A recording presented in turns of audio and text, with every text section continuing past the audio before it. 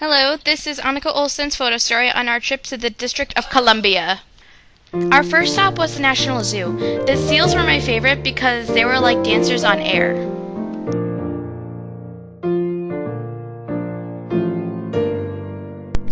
Getting to see the White House was awesome. It was a shame we didn't get to go in due to a shooting a couple days before, but at least we got to see the outside of it.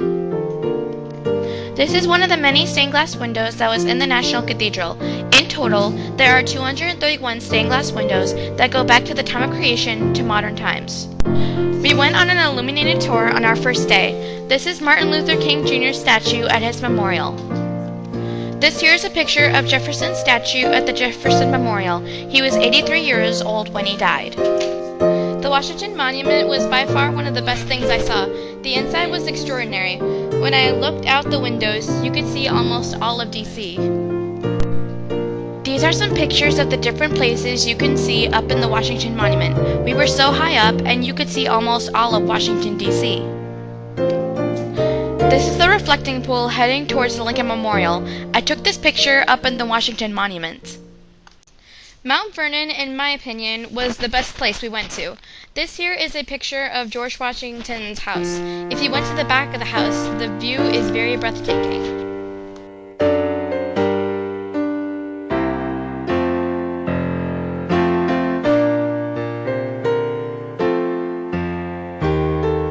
This is George Washington's new grave. Here also lays his wife, Martha Washington.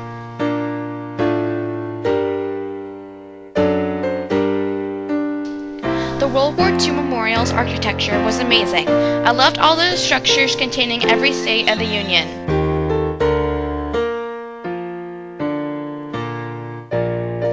Here is Minnesota's column. With all the columns combined, they form a circle around the memorial.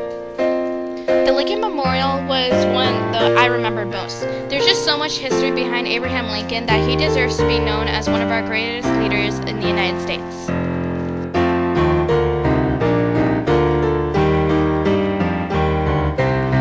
Here is Abraham Lincoln's statue. Fun fact about the statue is that his hands are making the symbols A and L in sign language.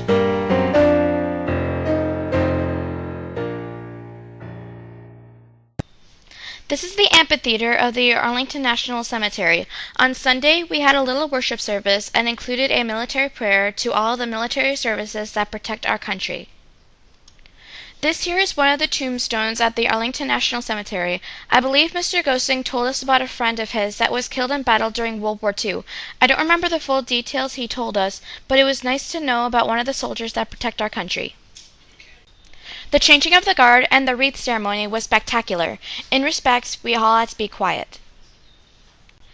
The pillars at the Air Force Memorial were breathtaking. I'm still wondering how they got the pillars to bend like this. It must have taken a long time to get them like that.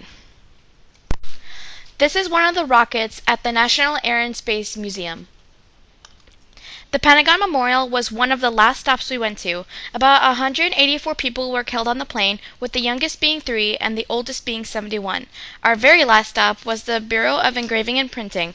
I was not able to take a photo of it because we weren't allowed to take any photography. And that's the end.